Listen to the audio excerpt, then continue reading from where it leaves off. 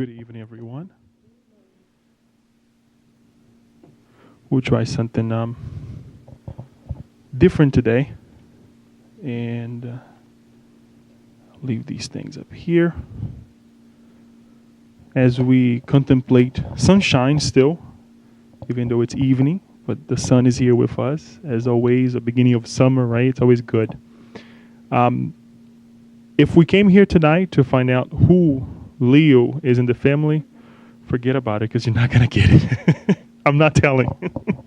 Ask others. Perhaps they'll be able to answer. But it may not be to my benefit. I can say that because I'm not perfect. And all of us were walking in the continuous path of making it right, trials, reconciliations, and all the good stuff that we find ourselves here. Tonight, as we try to understand who we are in the family, what type of person we are, we would like to do, first of all, an analysis on what we are. There's a difference, right? Who we are and what we are. And we will study a little bit on certain questions and answers that we find in Spiritism through the Spirits book, some teachings that we obviously get through Spiritism to understand that. And then we'll connect all together. Before we go into that study, I'd like to ask a question. Who believes here that we have received a, let's say, a message or perhaps being asked by Jesus to do something? Who has? Who believes that? Kirsten, Antonia, Adriano back there, Johnny. Okay. All right, so we're getting there. So we all believe that we have been asked by Jesus to do something or to accomplish something, right? Not just to say that we were the chosen ones, but, truly we are, we feel such a thing.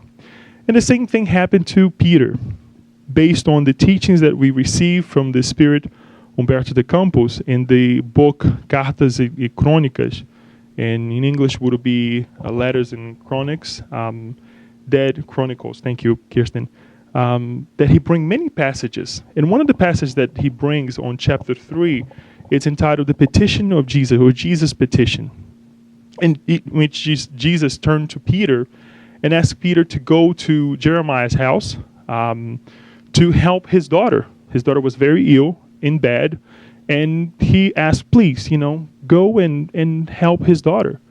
Go to the house, stay beside her, and pray beside her that our Father, who is in heaven, will heal the girl through you. So what do you think Peter did? Peter got up in the morning, the next morning, took off. And he went all happy. You know what? Now I got that I'm helping Jesus. I'm helping the Master. And he went off to Jeremiah's house. This is in the morning. In the afternoon, sun is coming down. Here comes Peter back again. And we think that Peter, would come back victorious, right? All happy. I did it. I helped her. God helped her through me. Quite the opposite. He comes back really upset, extremely upset with what he saw, and with what he came in contact with. And then he started telling the whole thing that happened throughout the day, the whole story that developed throughout the day. That as he got to the house, he came in contact with Jeremiah. Jeremiah was drunk. And you know how drunk people is, right? They come out of with the craziest thing ever, as perhaps those individuals who drink, they like to drink, they kind of like get some kind of, they open up for amazing things. He was so drunk that he asked Peter how many lices he had in his head. And he was really going crazy. What are you doing here? What are you looking for? As he was sipping on his bottle of wine with a young servant that was right next to him who was also drunk. And he also, he went ahead and said, you know what, I came here to help your daughter, sent by Jesus. I'm here in a mission of peace and, trying to help. And he sent him over Jeremiah then sent him over to the older son. As he goes to meet, to find the older son in the house, because all he wanted to do was to get to the girl. I want to find out where the girl is. He gets to the older son. The older son is playing dice, a game of dice, with this other dealer known in the area, and losing a lot of money as he was dealing, playing the game and all. One of those fortune games that, we all know and play. And he asked, the older brother, what's going on? I need to, see where your sister is so I can go ahead and help. And the men say to him, you know what? I don't care about my sister Luck. I can care less what's going on with her. Go inside of the house and, look for her. As he's trying to find the room where the sister was, he comes in contact with the mother, the owner of the mother of the family. The mother of the family does the same thing. Outrageous with life in general. She asked him, what's going on? What are you doing here? And he explained himself again. Saying, no, I'm here, just came to help your daughter. She's sick, was sent by Jesus to help and all. And as she's trying to find out what what's going on, why he's there, she's beating this young lady, young girl, accusing the young girl of stealing a fig fruit from her. And the young girl, trying to perhaps tell, look, I didn't do anything, I didn't steal anything. And obviously Roberto the couple doesn't say who the girl was. I didn't steal anything. It was actually eaten by the animals outside. I didn't steal it. And she only stopped after she withdrew blood from the young girl. And she just went ahead and say, go to this place, go to this room, to this lodge inside of the house, and you will see the daughter.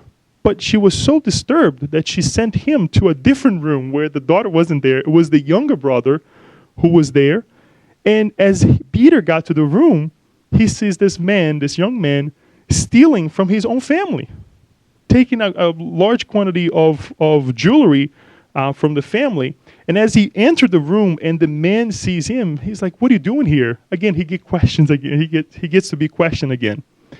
And he said, look, I'm here in a mission of peace. I'm not trying to do anything. Oh, no, you're being paid by my family to spy on me. Get out of here. And he went over Peter, trying to hit Peter. And Peter said, no, please, I'm here to, help your sister. Please tell me where she is. I can't take it anymore.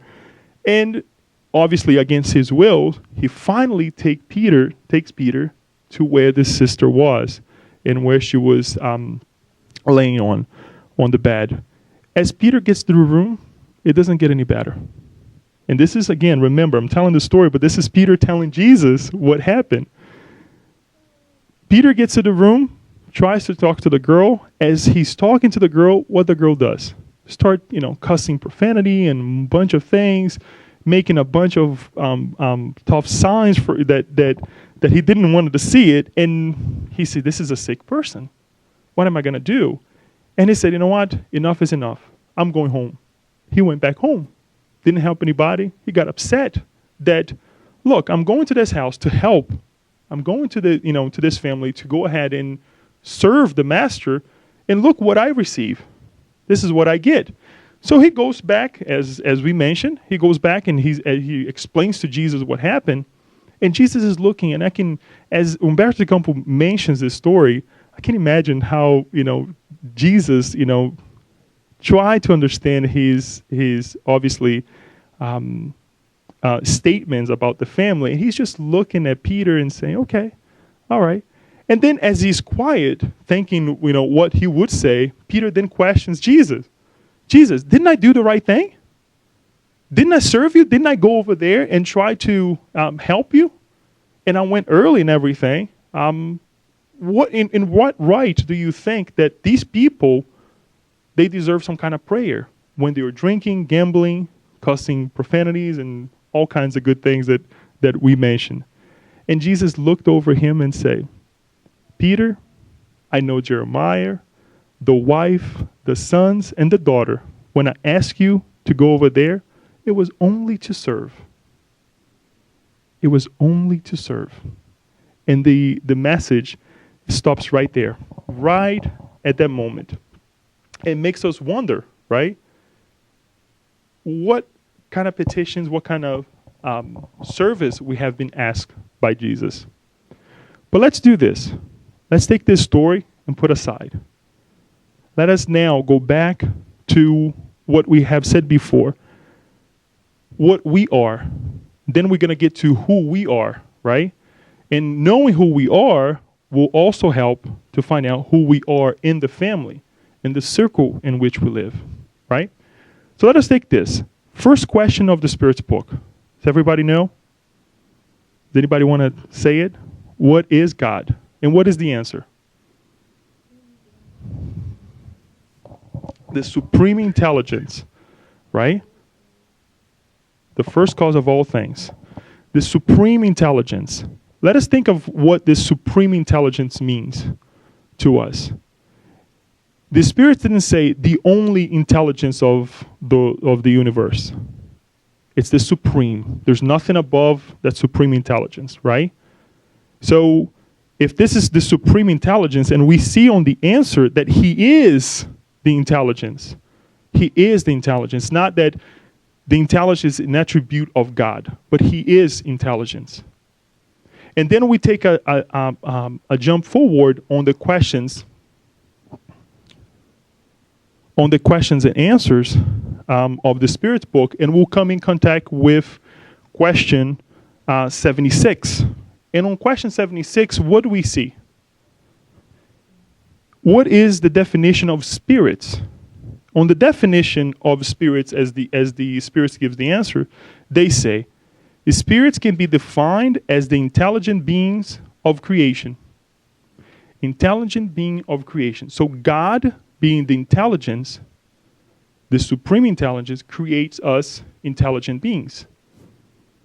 In the two answers we see that that we will see the word intelligence in the two sentences, the two answers. We'll see that we will see the word that is common being the intelligence. However, God being the intelligence, and we also being intelligence beings. But we are not the intelligence. We have intelligence as an attribute, right? But when we are created, are we created intelligent? Do we know everything? Do we know everything now? No. We still have a lot to go. So under this concept, under this idea, we can see that we are created, as we hear in the creation as well, as individuals that are alike what?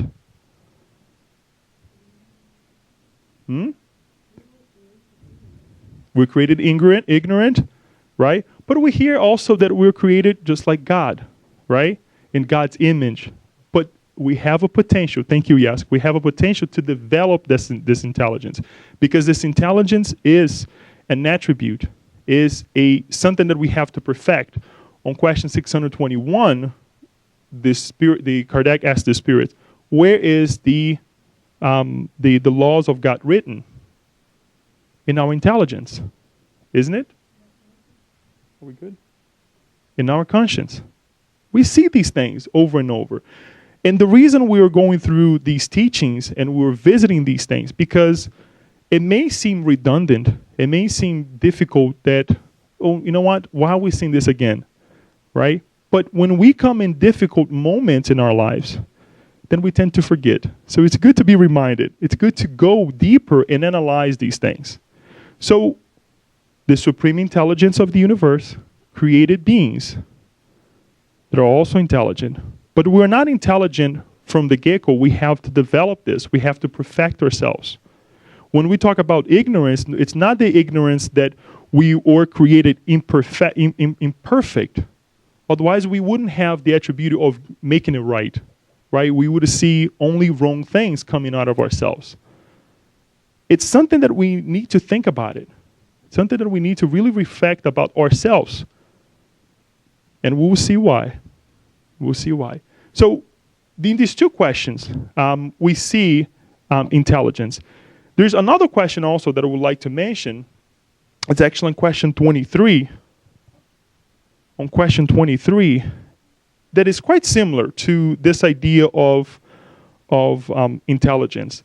But this here is talking about the general elements of the universe. What are the two general elements of the universe? Matter and spirit.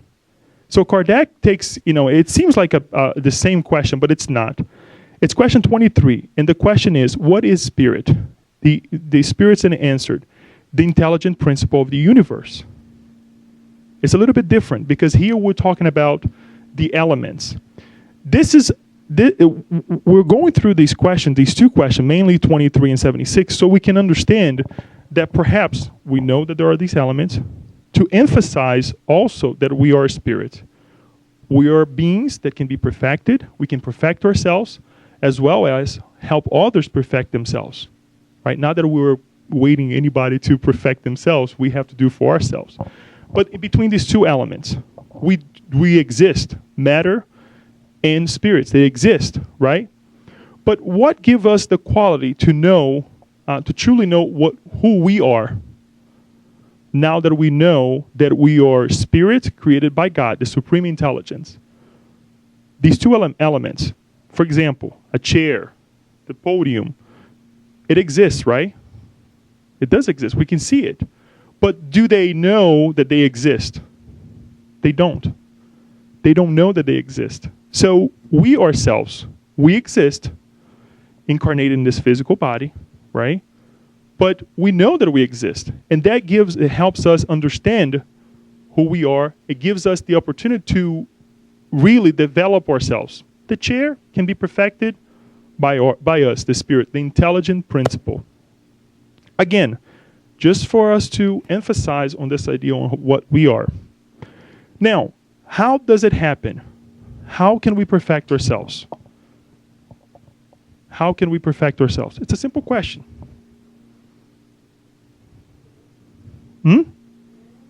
Experience. How do we develop our experiences? How we get to experiencing things? Learning. Practicing. How do we practice? Huh? Exercising. Okay. Okay, so we're spiritual beings, right? So why are we here? To perfect ourselves. So we're here reincarnated to perfect ourselves, right? So it's through reincarnation, right? So we can go into the Spirit's book, but you guys already said, and I know we know this by heart, that we are here to perfect ourselves. To purify what we have been learning ages and ages, and to put aside all the things that we don't need anymore. In our study group over here, of the Gospel according to Spiritism, we are studying many things that we have learned through different religions, through different thoughts, different organizations that we learned centuries and centuries, and now we're trying to do what? When we're not analyzing with different eyes, we're also putting aside the things that we don't need anymore. The old laws, the old needs, right? That we think that sometimes I still need this. No, we don't. We don't need to eat anymore the amount of meat that we used to eat in previous reincarnations. Now we don't need the number of calories that we used to need in our lives. And the same thing with our needs, as we think that we need this, I need that, or perhaps I have to act this way. The traditions that we used to follow, it's the same thing. We have to give time or more space in our hard drive to think of more uplifting things, right? Now, on this idea of reincarnation, do I reincarnate by myself? No, there is no way. In order for me to be here in this physical body, which is something that we have to analyze before we go into family, before we go into the need of others. We are spiritual beings, right? We are individuals that, quite frankly, if we think about it, this is not our essence. We're here now in the physical body, as you guys said, to perfect ourselves, to train, to do it again as a school. But we are not this. We're not this physical body.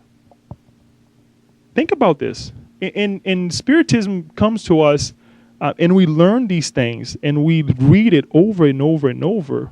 But when the conflict comes, we tend to forget these things. And I'm going to say this several times because it seems that it happens all the time. And I can say this, and I'm not trying to position myself in a pity way or anything like that. It happens to me. It happens to those that we are working with, right? That we go to school with, that we come to the center with. The spirits that we talk to in the unionistic meetings, it happens to all of them. There's no exception. Until we reach a point that we say, enough is enough. I need something better for myself. I need something better for the other ones that are near me. So let's take back this idea that we're spiritual beings. We're in the body. And let's take back on the idea of reincarnation. So we need to reincarnate to perfect ourselves. It's like we go to school, we learn, read. Earlier today, I was talking to a friend, and he was saying that perhaps the mentors, keep telling them to stop, study and practice more. Not stop studying, but study less and practice more, because we have read, we have learned enough. It's time to now practice. And we are called. That's why we posed the question at the beginning of our conversation, that how many of us feel that we have asked by God, by Christ, or by our mentors to do something, right? Because it's time to act. So let's go back to this principle of we need one another to reincarnate.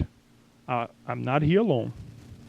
I needed two individuals to get together to perhaps to give us what we needed, not just myself, to give us the body. In the gospel according to Spiritism, we get to be reminded very well that if anything, we need to honor our father, our mother, basically just for that principle, that they gave us life. Obviously, under the command of God. Without God's consent, we wouldn't be here. It wouldn't have happened. But we have to be grateful for this opportunity that we have to reincarnate. The line is huge. But we are here now. We are incarnated among family members, among friends. So we come in this circle of individuals that sometimes, as we also learn from the Gospel according to Spiritism, chapter 14, if I'm not mistaken, talking about the family ties, right? And sometimes we analyze our family ties here on earth and we see, it's kind of tough. It's not easy. Some, perhaps, in the family, it doesn't have to be a brother or sister, mother or father, someone distant, we have a great affinity with them. Or someone who's not even in the physical family, right? But we have a great affinity with them. How come? How so? Some families we see, man, I wish I had that family. I wish I had that mother, that father, this person, that person. They have a great affinity. In order for them to get to that point, they have to work together. For many, perhaps, reincarnation to get to the point that they are now respect themselves, to live a very fulfilling life, perhaps despite the difficulties that they face, they live a very happy life. So we see on this chapter 14, that there are what? There are two types of family. What are these families? Corporeal and spiritual families, right? One, it's just a sublime thing, which is the spiritual one. They don't have to be reincarnated together. They don't have to be together.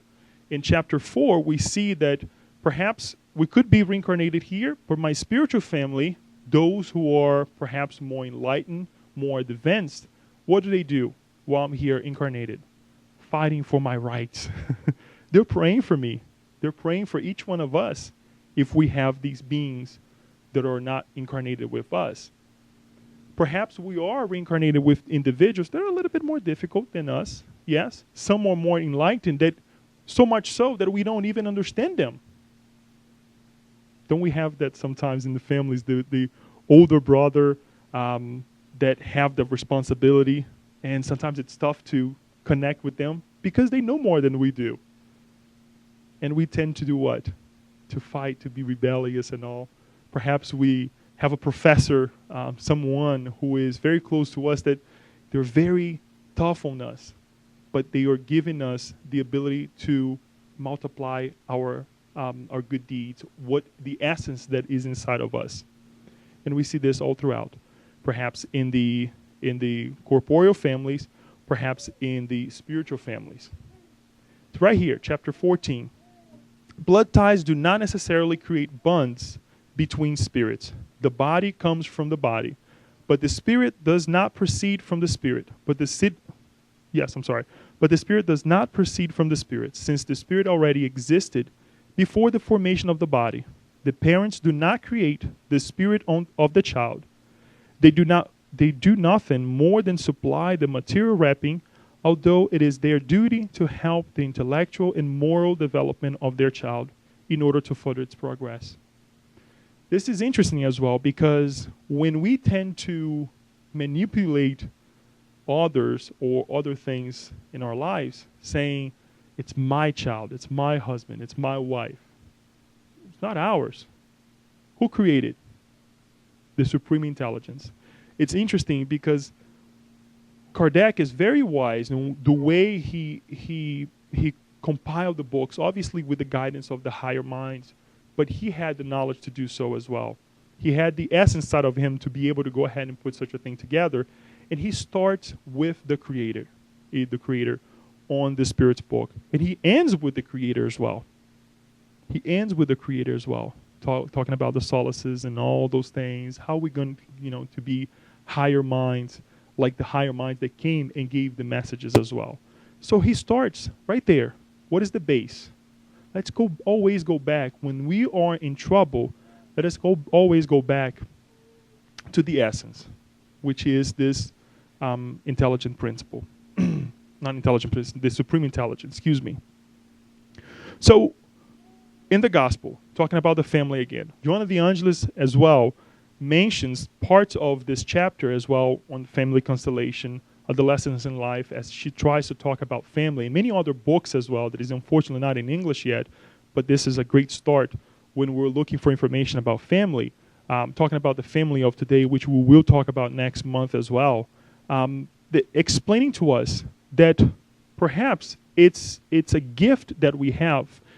Family is a product of what we have been trying to do, perfecting ourselves. So if we have got thus far to the family circles, to the society that we have, it's a lot of hard work that we did, that we are doing right now to maintain this the idea of family in our hearts. Number one, we needed to do so because imagine in cave time, right? The caveman time, where I would be walking by myself, the middle of the woods, what would happen? Be eaten, right? But if I had Manny with me, I would be able to be alerted, to help others, right? So we needed, even physiologically speaking, we needed to go and start working and walking in groups, right? To survive. It's a matter of survive. And we see that obviously the work that the men had to produce, the work that the mother or the women had to serve to be again among family, to procreate, right? To do all the things that we know that sometimes we take for granted. Now we feel that we are inserted in a family, as a family member in a family that perhaps we feel that we are not connected at all with one another. And we do what? We're rebellious. Oh my God, I don't need this. I don't need this whole thing. So you see people going one way, the other way. The kids go to college. Later on, the parents, they go to a nursing home, to this place, to that place. Nobody knows anything, what's going on between their families.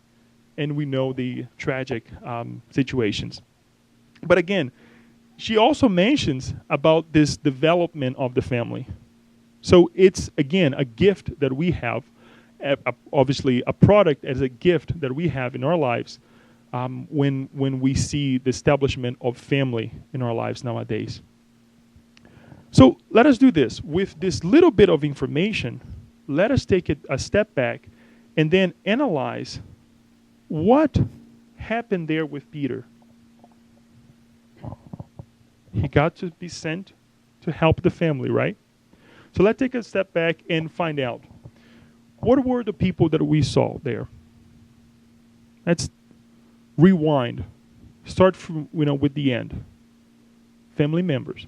Was Peter part of that family? Okay, let's put that on hold. Peter was not part of the family. Have no blood ties. Let us find out.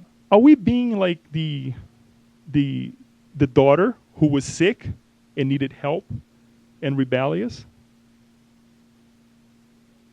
Sometimes, right? We do. We know that we are sick. We know that we need help. And when somebody comes to us to give an advice, to say something, or when we have the family members who are direct and say, okay, this is what you need to do. You are not in a stage to make a decision. So let me help you make a decision. Not that the final word won't be yours, but they say to you, let me go ahead and do this for you. What do? No. You step on my toes, you know. People trying to tell you in a good way. Interesting enough, about 2 years ago, or a year, I can't remember, we were doing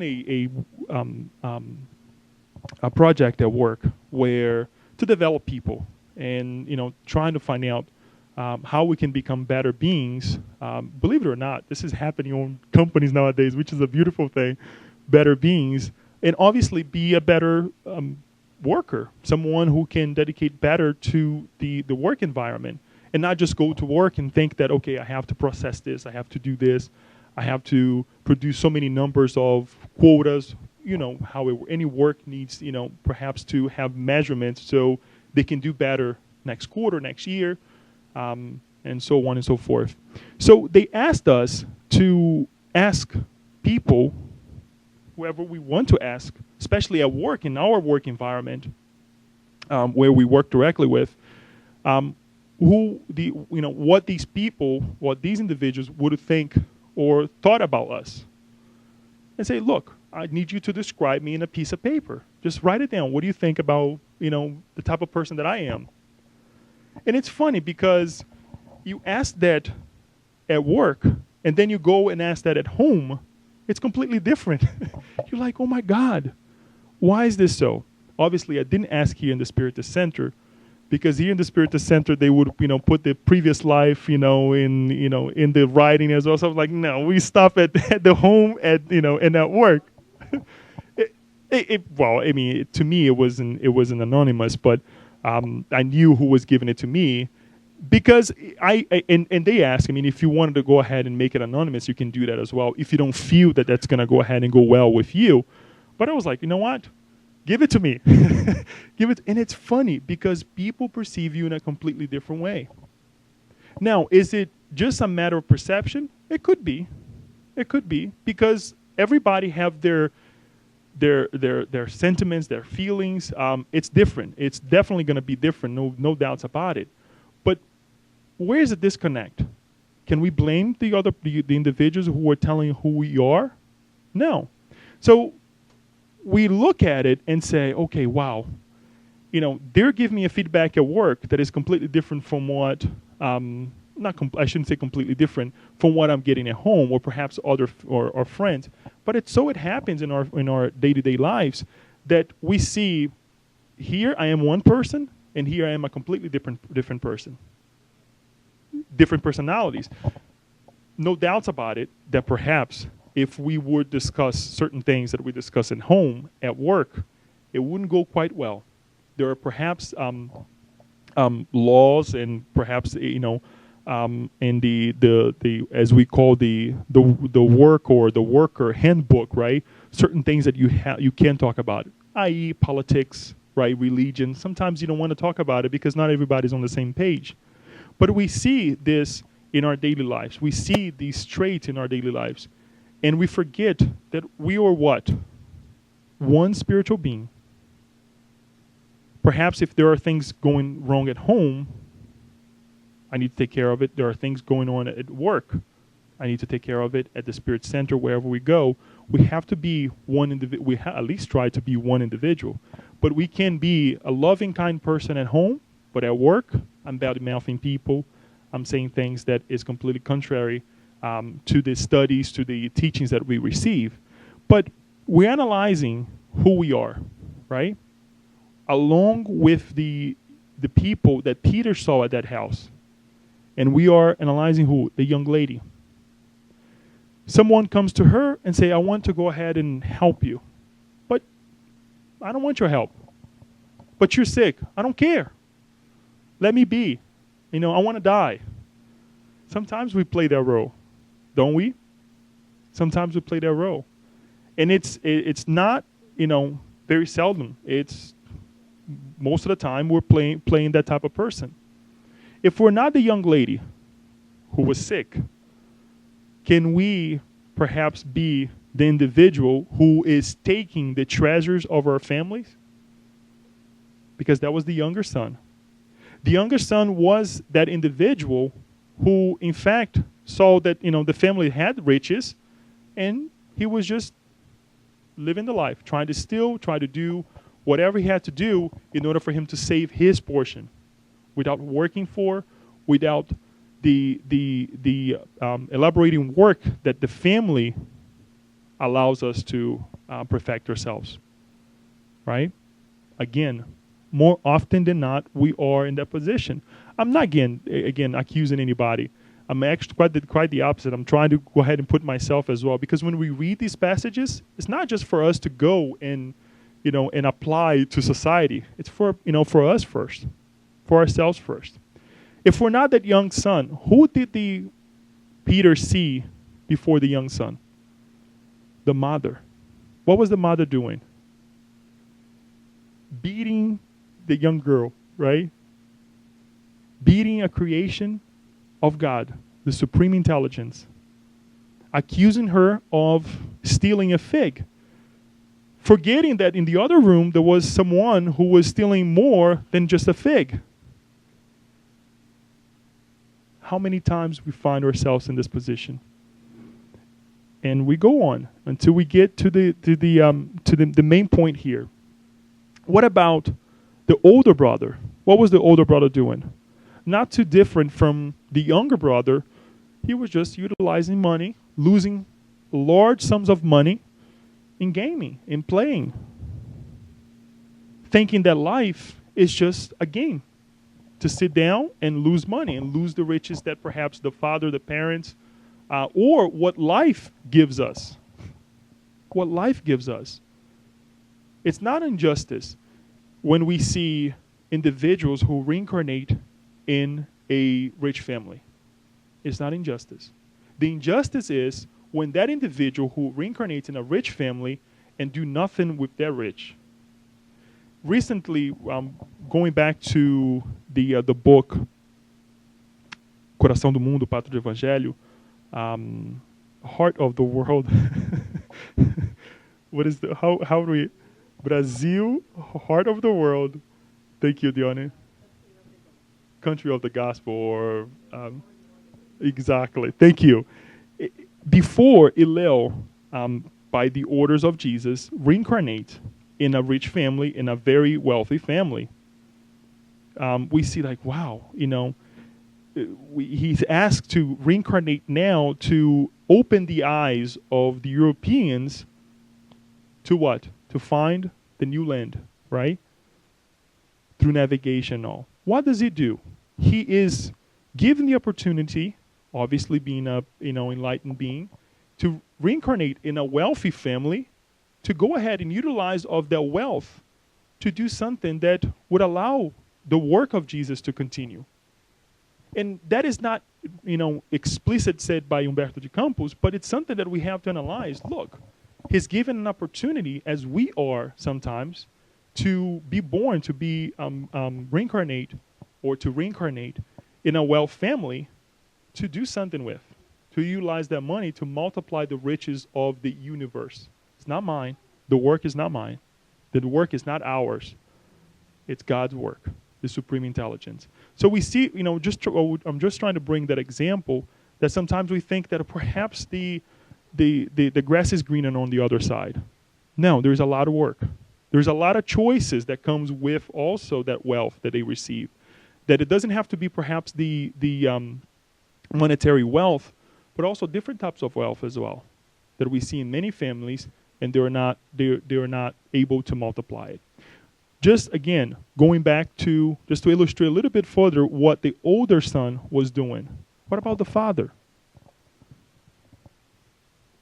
right? What was the father doing? Drinking. He was the drinker of the family. And again, setting what? Bad examples. Setting bad examples to the rest of the family.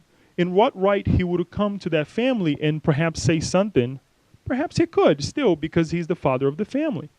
He's the man of the house, especially at that time when the tradition said that perhaps those individuals were very well respected despite what they did or what they did not. But we know that now we're in a different time. If our kids see us doing something wrong, they're, oh my God. They're the first one to say, Daddy, Mom, you said such a thing, you called this name, you did that, right? The parents here can relate to that very easily. Or perhaps if we're, with someone at work that they think that they may think that we are perfect, and we rip a bad word, and they, oh my goodness. And it's funny because when that happens, it turns our world. Because people sometimes, they tend to put so much, they expect so much from us, and we do something very minute, something very small, and it's like, well, I would never think that Leo would do such a thing. And we do the same thing with others. Oh, the father of the house, right? He's perfect. No, we're not.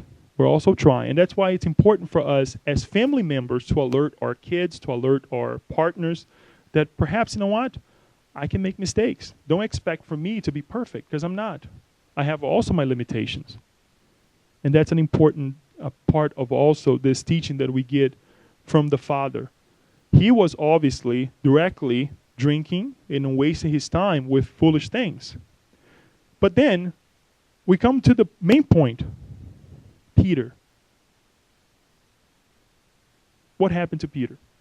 It's like, go, I'm here busy, go and help this family. There is a sick person in the family.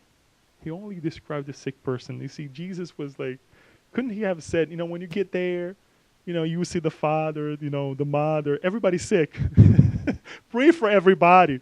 No, he just say, you know what, go and pray for the daughter. Just stay beside her and, God will help us. He didn't give the full description. Hoping that that Peter would go and do what he was supposed to do. And what did Peter do? He got there, as we do, right? It's like you would get the message before we reincarnate. As we see in many books of André Luiz, the reincarnation, the preparation for reincarnation, before we reincarnate, obviously, with our family members, with the difficulties that we will face, perhaps. It's not written in stone, nothing written in stone saying this is going to happen 14th of April of this year. No, but there are phases of life that we have to see, difficulties that we'll see, so we can learn, as we can see perhaps on Missionaries of Light, I believe it's chapter 12, the whole book mainly, which talks about the reincarnation Segismundo. But we see the preparations of the reincarnation with the family members, with certain traits that we'll have in our bodies. And we are sent to a house. We are sent to a family to help one another. And by helping others, we're given the opportunity to help ourselves. And what happens? We can say 60, 70 years now. The life expectancy is about 60 to 70 years. We come back. For the spirits, for the higher mind, 70 years is nothing. With the same foot, and what we do, complaining, oh, life was this way. My mother was this way. My son was this way. I tried this, I tried that, and it didn't work. It was all in vain, right? Don't we do that? Don't we see this in many of the books that we read?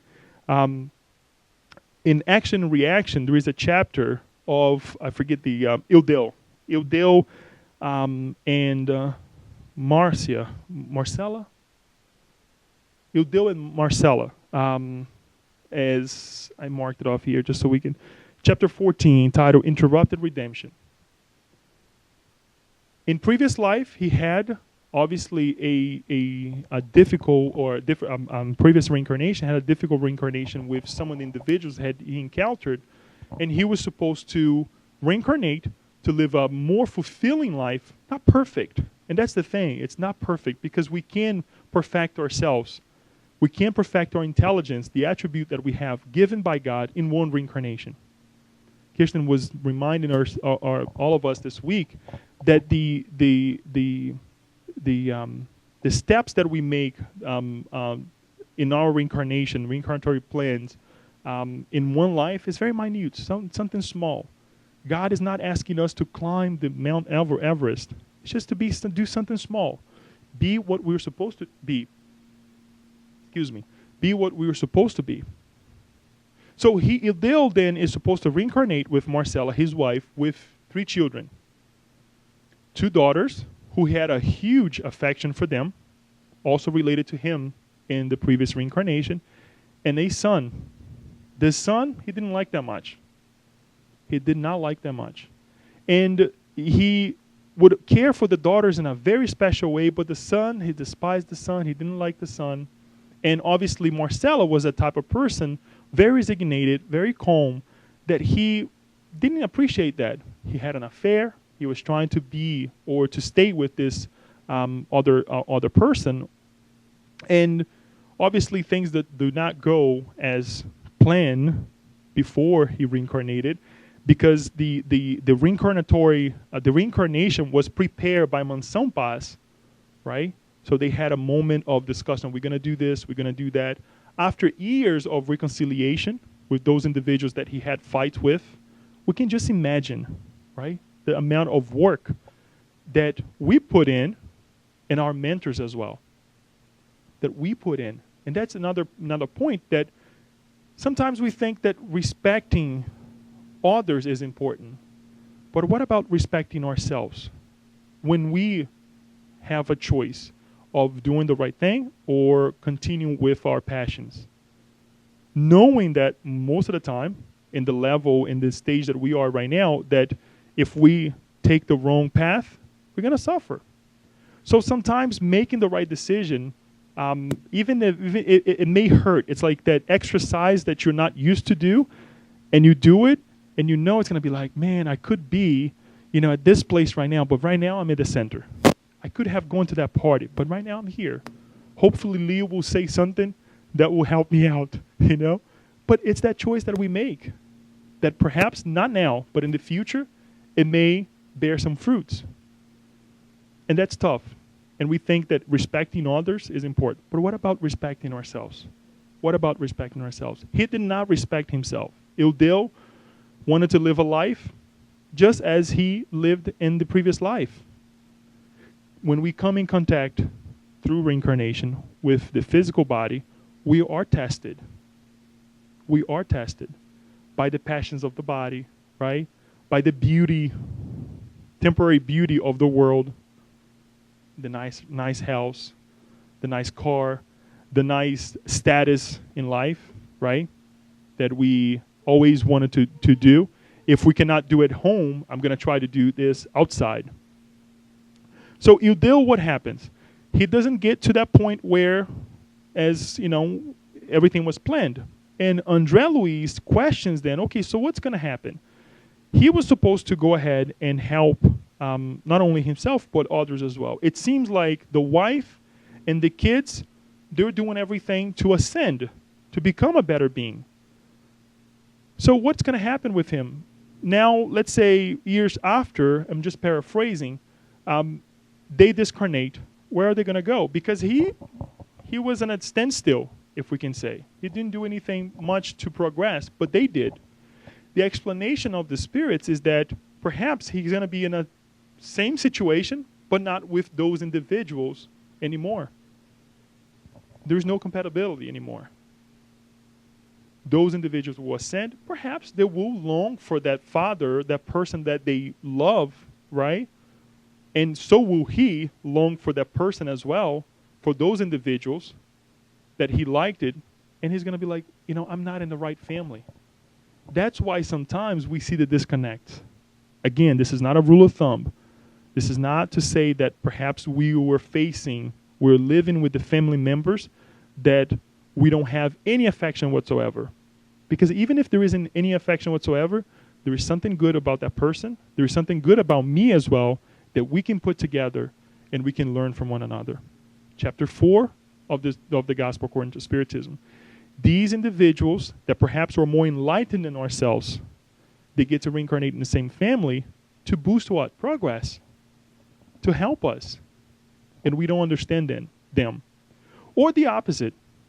If we feel that perhaps we know a little bit more, we're a little bit more enlightened than others, it's not that we're going to use this to oppress the person or those individuals. It's to bring progress, it's to help them progress. We can take the elements of previous lives and bring it to the equation easily, no problems. But are we going to live by it?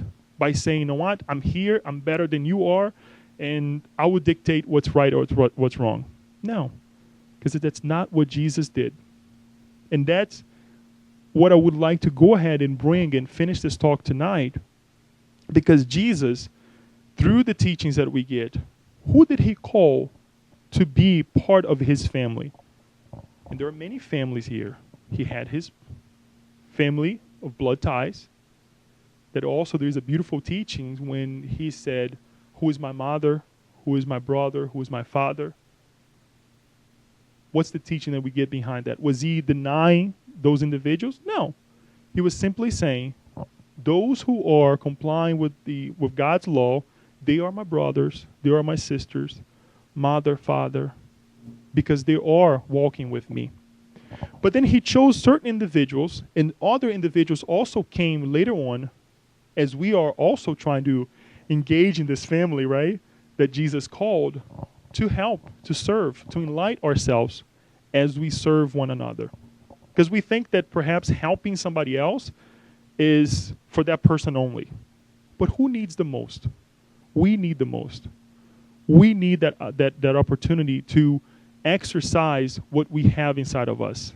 And if we really analyze, we have something good that we can offer. So Jesus, when he was sitting, one day he was sitting and he was analyzing, as this is actually as explained by Umberto de Campos in the book Good News, Boa Nova, right at the first days of his 30th year, when he started then analyzing the opportunity to call the disciples, he's sitting there and he gets to be asked by Hanan, what are you doing here, Galilean? And he said, I'm looking to the foundation of the kingdom of God. And for someone like Hanan, he questioned, what are you talking about? You're nobody. You're nobody. Do you know the world? Do you know the great cities? What kind of teaching do you have that will put you there? And then he gives a beautiful explanation to Hanan, which later on would be one of the individuals who had a great saying on what happened to Jesus. But then he goes and starts talking to the disciples. First of all, and to Peter. For those who can read Portuguese, Boa Nova explains, I believe chapter 3 or 4, that he goes and talks to Peter, Peter's brother, Andrew, and then Matthew, James, John, and he starts calling them. And who were these individuals? Were they perfect individuals? No. All of them had questions. All of them had the little difficulties that we have in life nowadays. They questioned who is the greatest, who can serve more, who can do this, who can do that. And many times we see Jesus saying, let us not waste time with the little things in life. But let us see how we can serve. It's also a beautiful passage, and when we look in our family circle, the elderly ones, the elderly individuals, right? What role do they have in our lives? And we see the zealot, Simon the zealot, questioning, why, what am I going to do? Look at these young people. They're so, full of life. What am I going to do? And Jesus, again, I'm not going to tell you the story, gives a beautiful explanation. And we have mentioned here before, to what he could do, how he can serve as well, and continue his work, because he felt, downplayed by all those young people full of energy. Imagine Peter, young and, trying to really serve the master. He called people, he invited people to work, to serve, and they were not perfect. So let us take a look now. Let us go back to our family circle, knowing that we are spiritual beings, knowing who we are, right? Because through the evolution of the world, the universe, and of each one of us, we develop needs, as we have said it, difficulties as well. So we all know these things. We all know what's bad about us, what we need to change. Sometimes we try to hide it, but we all know. But one of the things that we would like to do, reminding ourselves of our spiritual nature, is to remind ourselves of the good things that we have inside of us. And how much I can influence other in my family circle and question, who am I in the family? What can I do? If I can do by myself, what can I do with that individual that perhaps we can get a better product? If I have my limitations, what are the good things that I have inside of me that I can also help my brother, my neighbor's limitation to develop something new in this reincarnation? Whether we are spiritual family members, whether we are just connected by the physical body, both of them need respect. Both of them needs development. So do we. On this note, the invitation is for us to question, who am I in the family? Now that we get to be reminded that we are creation of the supreme intelligence of the universe. If that's not big, if that is not important for each one of us, then we need to rethink about our lives even further. Because it's huge. It's huge. It's a huge opportunity that we have in our hands to develop ourselves while others also are developing themselves. So we thank you for giving me the time to speak and connect with you this way. I will still not talk to you and tell you who Leo is in the family, because, we would suffer, start crying over here. But we hope that this message can bring you some enlightenment. And if anything, if we have referenced something here that perhaps you wanted to go and read and analyze more, we'll give you these passages and we'll talk to you. Since we didn't have on the screen, we're trying to minimize a little bit the screen, because it becomes more conversation than anything else, than us watching what's on the screen. If you have any questions, any comments, please do so. We'll have about 5 minutes or so to extend for questions and comments. Yasko. Yeah, this is story that you told us about Umberto Campos and Jesus asking Peter, I think is to teach us that in life we have many obstacles when we set a goal. It's not straight. We don't go straight to the goal. There are many obstacles. And we may stop in the first one, stuck there for all lifetime, and never reach the goal, which was to help that person in the end. Either because we keep judging the brother or the father, why, or the mother. So what I understood, that was a big lesson to Peter, that no matter how many obstacles you have, it doesn't matter the result.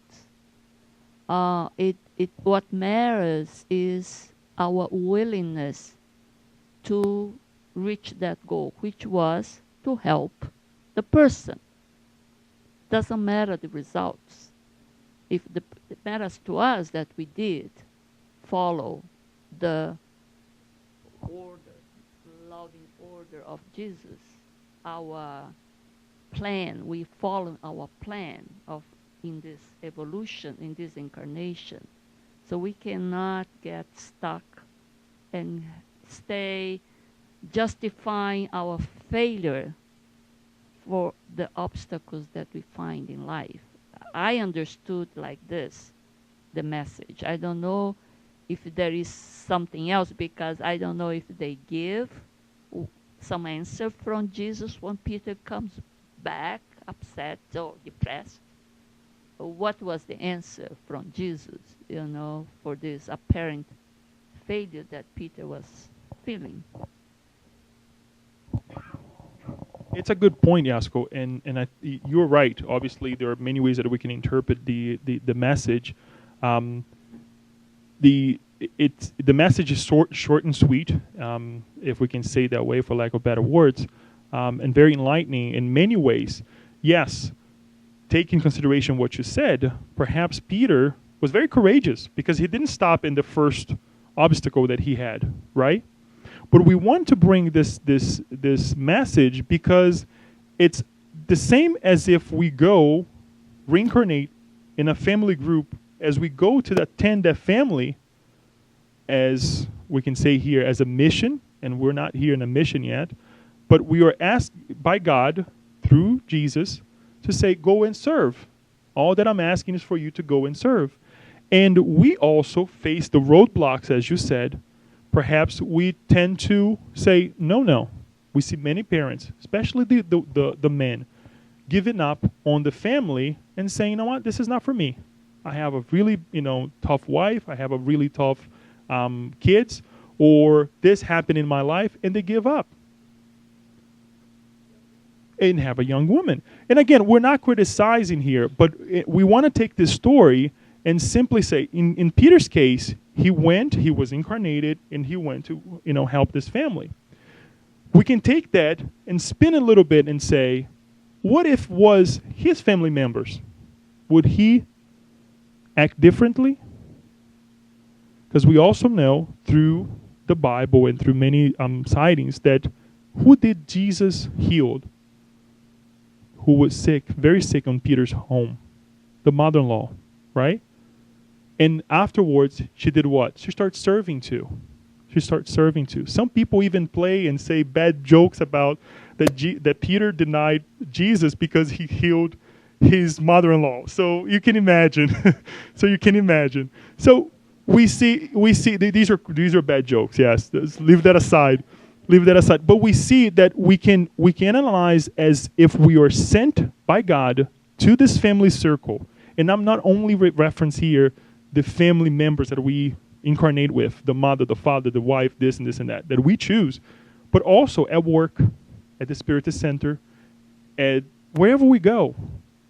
Because when we get to analyze family through Joanna's words, obviously under the guidance of Jesus, she talks about what? Family constellation, right? And then she talks about the whole universe.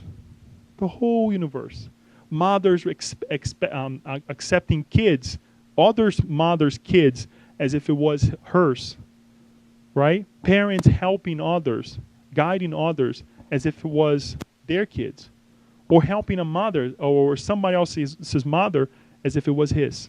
So I'm glad that you brought this idea because, yes, there are many roadblocks, but we bring this just to connect with this teaching of God asking us to reincarnate and help another family, help another being, and we give up. The first roadblock, we give up. Peter was courageous because he went to the end. He got to the girl, he's like, you know what? Enough is enough. I can't take it anymore. So that's the idea. Kirsten. Leo, is sort of a comment, question, mingle here. But it kind of comes to our mind, listening to you tell the story, that that beatitude that Christ had shared in the Sermon on the Mount, blessed are the poor in spirit, because it's about humility. And ultimately, when we go into a situation, we should go in with humility and without any pride and without any judgment. And maybe the message that Jesus was trying to teach Peter, and for us as well, even to today, is that wherever we may find ourselves with blood ties or spiritual ties, that we have this air of serving and humility and never judging, because it's almost, I want to say, human nature for us to go into a situation or just to judge in general. But I just wanted to share that because it came to our mind as you were telling the story, that I reminded me of that. A very prudent comment, because we can learn all throughout the story. Jesus never said you're worthless. He just said, I know these people. All that I ask you to do is to serve. We can go back to the message and say, was this the old Peter or the young Peter? We can simply, by his work, by his teachings, this was right after perhaps he was called to serve, invited to serve by Peter. Because we know what Peter did. Perhaps, yes, he denied it. He did a very troubling things that in many books also get to be explained, that it was actually that feeling of remorse or the difficulty that he created of the upcoming of the message, that he worked even harder. He went after the work and said, I'm going to be courageous. I'm going to face whatever I have to face, and give continuation to Jesus' teachings. So yes, in many times, as we mentioned, Jesus was very patient. Okay, guys, let's not fight. Let's not try to be bigger than anybody else, but bigger than ourselves. Bigger than ourselves. So it's definitely another point for us to think about it, and I'm glad that you brought it in, Kirsten. Jesus' view about the whole incident of him coming back without what Yasko said, the product of his mission, without accomplishing anything. I'm pretty sure that served to Peter, and it's serving us as a reference not to do the same thing. So if anything, right, he's falling at that moment is serving us as an alert for us not to do the same thing. So with no further ado, I know if we have any more questions, please let me know. We can talk afterwards, and we would like then to go ahead and pass to the past session.